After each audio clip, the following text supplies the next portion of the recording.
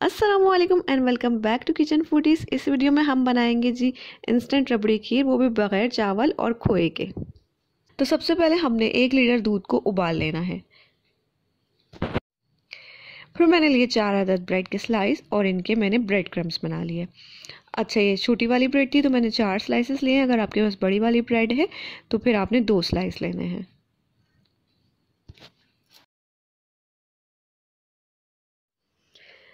तो दूध को हमने उबाल लेना है और फिर इसके अंदर हम शामिल कर देंगे ज़ाफ़रान।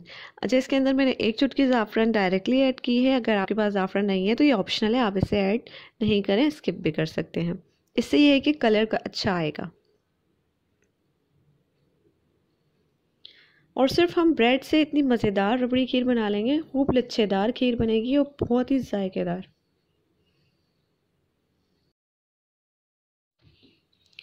जो हमने ब्रेड क्रम्स बना कर रखे थे, अब इसके अंदर वो शामिल कर देंगे।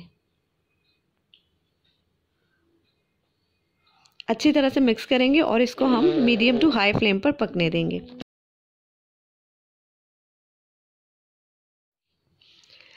अच्छा, हर थोड़ी देर बाद हमने इसमें चम्मच चलाना है, बार बार चलाते नहीं रहना है।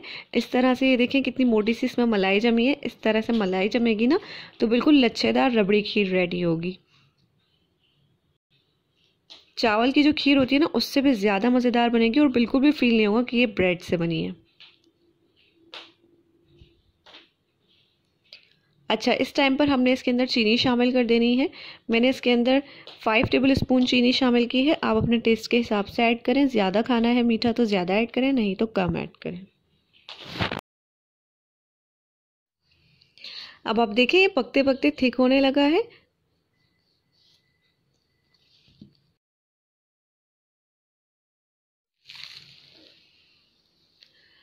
इसको पकते हुए टोटल 10 मिनट्स हो चुके हैं और मीडियम फ्लेम पर पकाया है। ये मैंने मीडियम टू हाई फ्लेम ही रखा है और थोड़ी थोड़ी देर बाद इसके अंदर मैंने चम्मच चलाया है।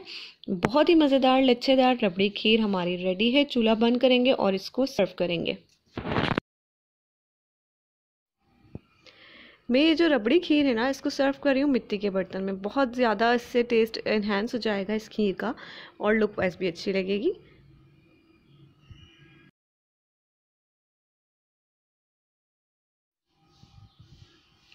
और जो छोटे छोटे से मटके आते हैं ना मिट्टी के, थोड़ी सी मैंने उसमें सर्व की है। कुछ लोग खीर को गर्म खाना पसंद करते हैं और कुछ लोग ठंडा करके खाना अच्छा लगता है कुछ लोगों को। तो आपको किस तरह खाना अच्छा लगता है, कमेंट सेक्शन में बताइएगा।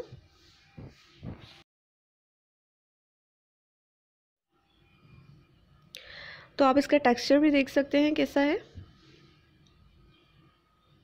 बहुत ही रिच एंड टेस्टी जो खीर है बनकर रेडी हुई है।